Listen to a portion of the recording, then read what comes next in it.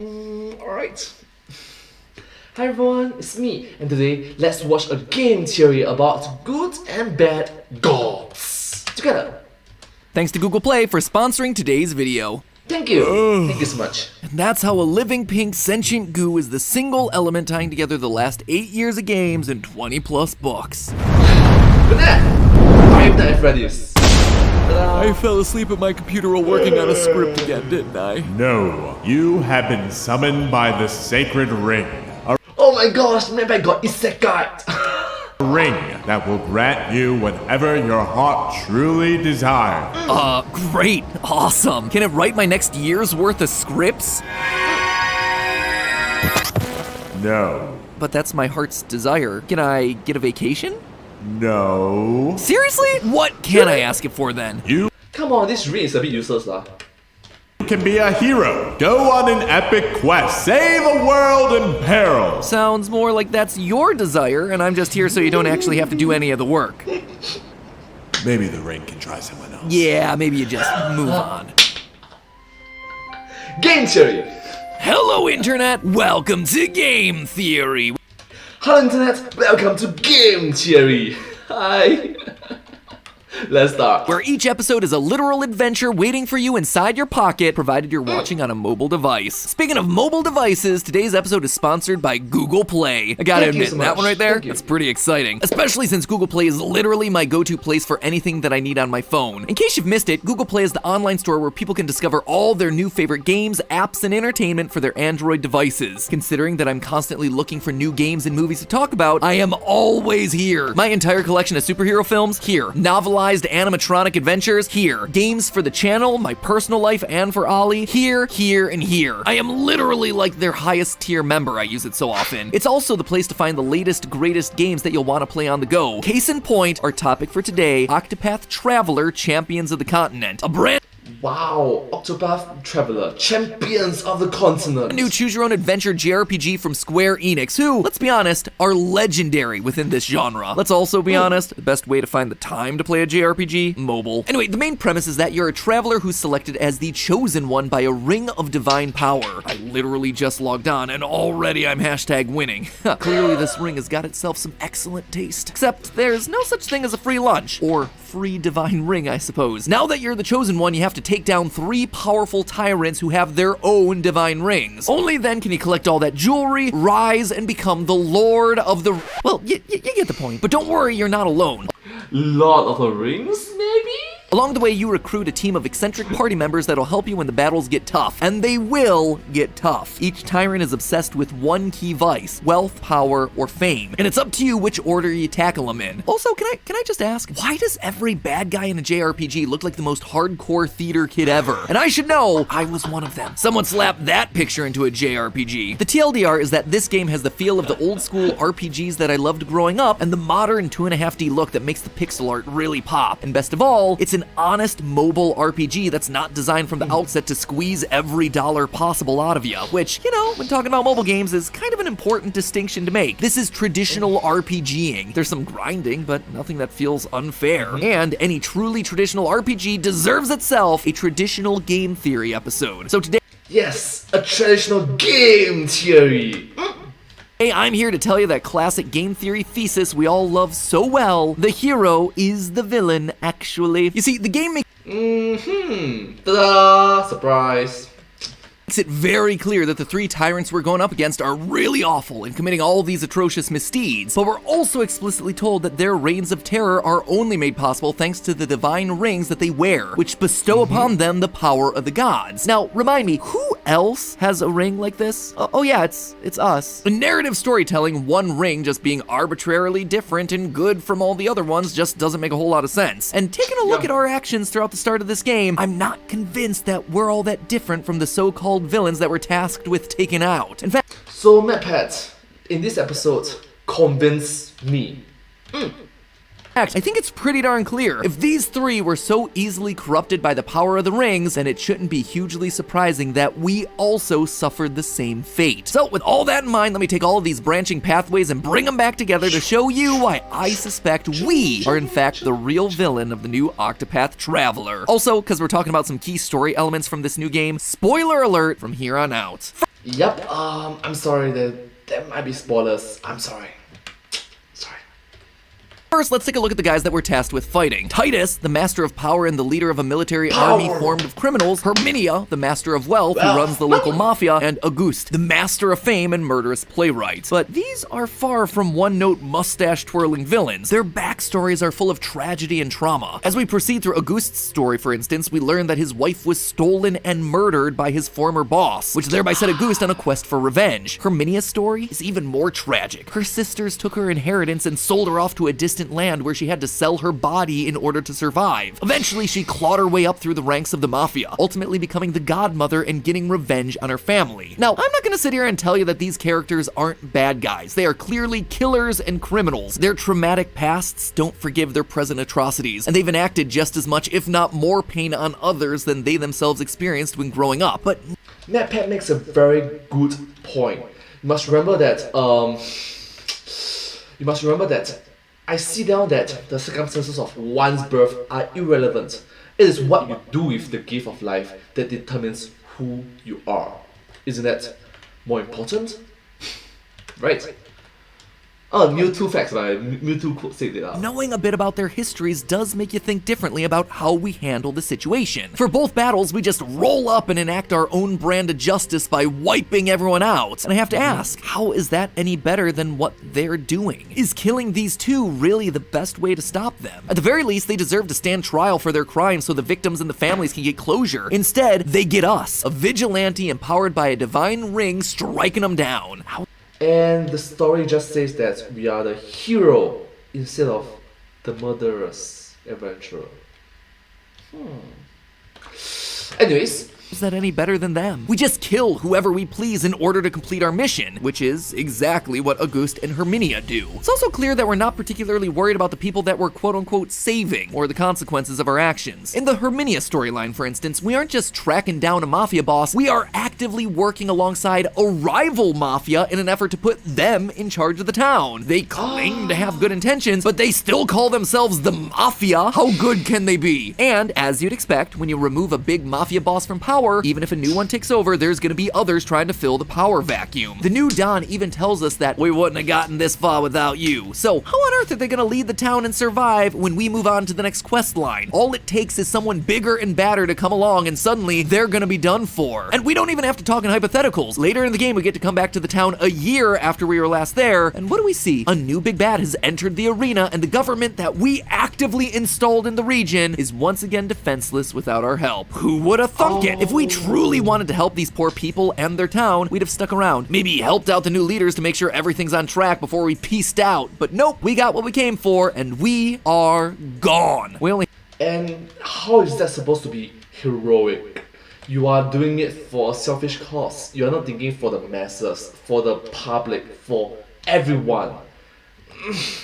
Hero is supposed to be selfless, isn't it? We happen to come back because this new threat has yet another ring for us to collect. That ain't acting like a hero, friends. That is acting like a giant purple raisin man collecting rainbow gemstones for his power bracelet. Oh my gosh, Thanos reference! Thanos, I am inevitable. Or, to use this game as our example, it's literally acting no better than the three big bads. During the Master of Fame path, we meet the lead actress of a show who, we're told, left her own son in order to follow the villain Auguste. That revelation prompts a very important question from one of our companions named Schwartz. He asks, quote, what about that man would make a person want to abandon the life of their own child? That's a fair question. I mean, Auguste is a serial killer, and yet he has legions of people loving and respecting him, following him. And this isn't the only time that we see this sort of thing happening in the game. Across all three stories, we see that the villains have accrued absolutely massive followings, be them fans, soldiers, or people just looking for a piece of that sweet, sweet gold. In the Master of Power path, when we defeat the villain Titus, he is remembered by the people as a hero. Are they just that important? Is the propaganda just that impressive? No, I believe it has everything to do with the power that the rings give them, because when you flip the script and take a look at our player character, a random traveler from nowhere, you can see the exact same thing starting to happen. Oh, yeah, if you think it from the other side point of view, from a different point of view, we are also like them. We're told at the start of the game that should you seek companions for your travels, make your wish be known. And you do so by tapping on your divine ring. The original Japanese is a bit more direct, translating to, quote again, if you wish for help on your journey, then pray to the ring. When you do, you summon other travelers in order to amass a team from the 64 character roster. Well, these 64 characters do have backstories. You have to partake in special side quests in order to actually learn them. Initially, they just show up. They give us a brief introduction of who they are, and then they're just part of your team forever with no explanation as to why they're there. You just prayed to your magic ring, and poof, here they are, ready to follow you on whatever quest, no questions asked. Ready to fight any battle that you decide is just, no matter how dangerous. Kind of sus. Very sus. Kind of very sus.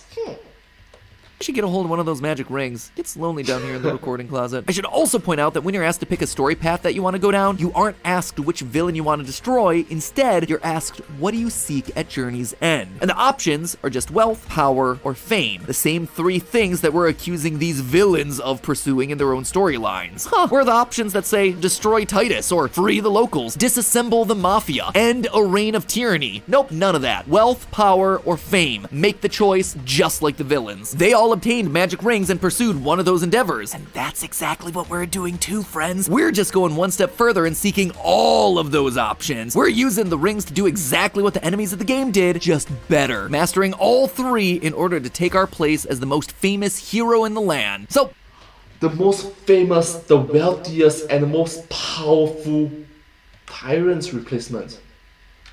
How is that a hero? How? That makes a very good point. there you have it, the classic hero was the villain the whole time theory. Except, as I was writing that last paragraph, I realized something. We're told that these rings grant our deepest desires, and our response to that is pursuing one of the three selfish goals: wealth, fame, or power. What if my heart desire was, I don't know, becoming a crazy cat guy or something? And we're not just pursuing those goals, we're actively plowing through others in order to get them. That means that either we ourselves are selfish and no better than the villains, or, more likely, the ring is the one controlling our decision in some way. Maybe No way! The rabbit hole is deeper than that? the truth here is that we're not actually allowed to voice a desire all our own. Maybe we aren't the villain, the ring is. This whole thing feels like a trap that's set by the ring, like we're being pushed into a desire or path that my character may not actually want to take. I wanted to go a little bit deeper into this, so I actually restarted my game just so I could go back through the intro cutscene. And when I did, something strange happened. I was now looking at a totally different character. I looked it up, and apparently this is an intended mechanic. Everyone that plays gets a different starting character, which I suppose allows for unique and interesting team building, but it also presents us with a bit of a problem. Each game gives you the same choice: wealth, power, or fame. But that can't be right. If you gathered 8 random people into a room, the chances of all of them wanting the same thing for their heart's desire are next to none. However, what's the one thing that unites all of these characters? What's the one thing that they all have in common when you start the game? They're given a divine ring. All this time I've been accusing the chosen one of not being a hero, that their desire is worse than that of the villains that we face throughout the initial story. But if you can literally be any character at the start of the game, well, this just proves that the ring is actually the one steamrolling our options. It's corrupting us from the opening seconds. Now, I know this might seem like a stretch to say that the ring is somehow controlling all these people, that it's just a gameplay mechanic, but you don't have to take my word for it. Wait, what? You are trying to give me more story lore that the ring may actually manipulate the heroes? Seriously?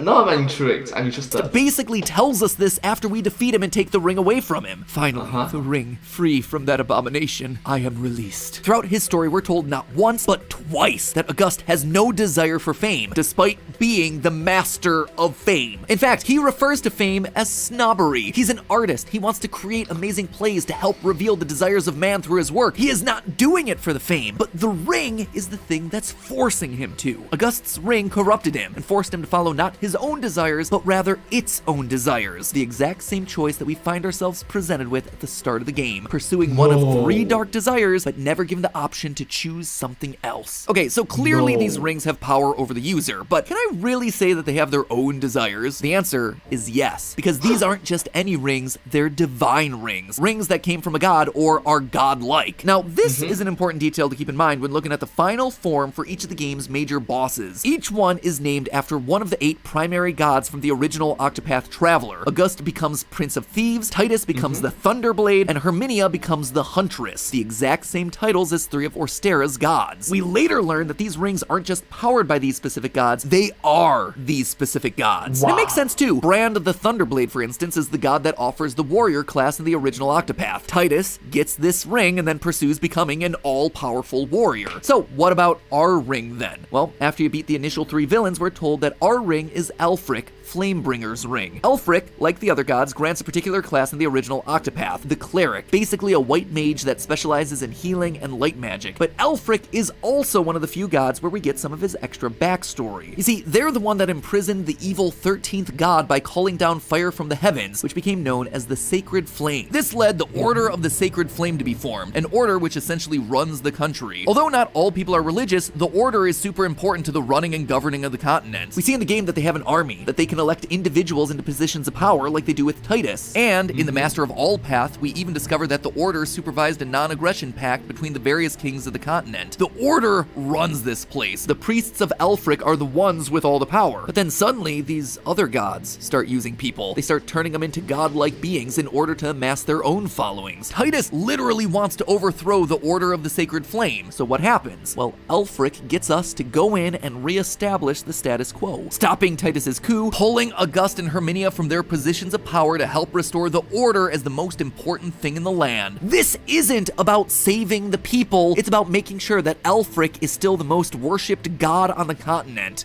And no one challenges their authority. I'm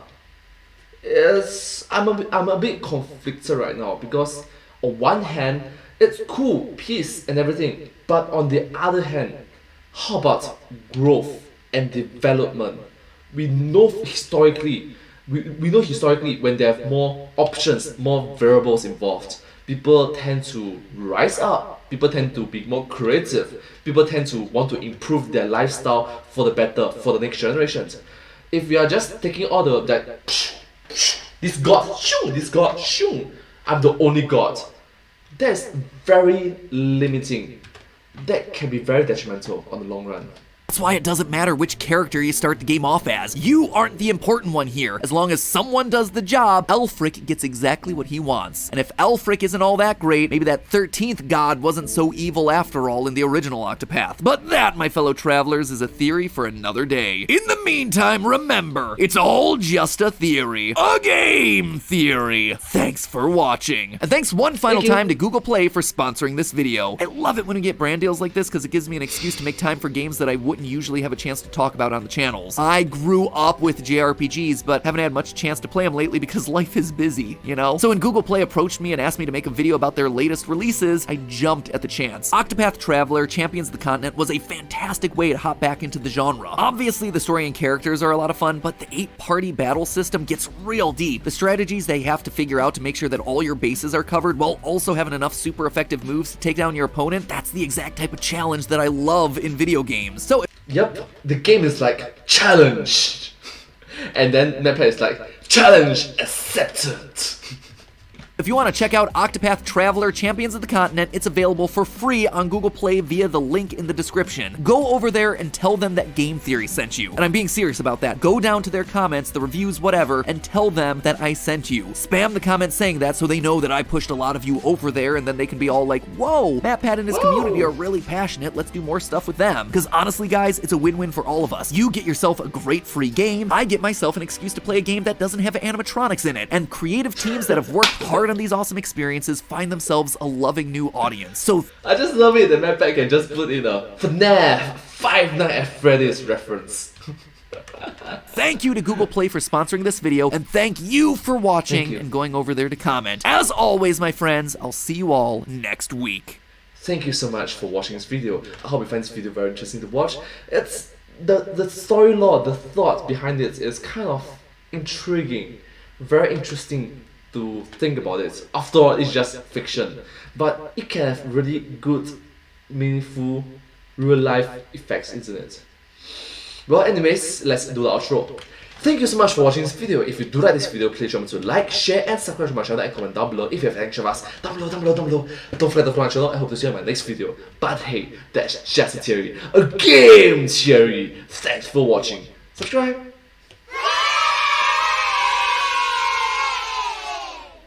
And I hope to see you in my next video. Bye bye. Thank you so much. Thank you.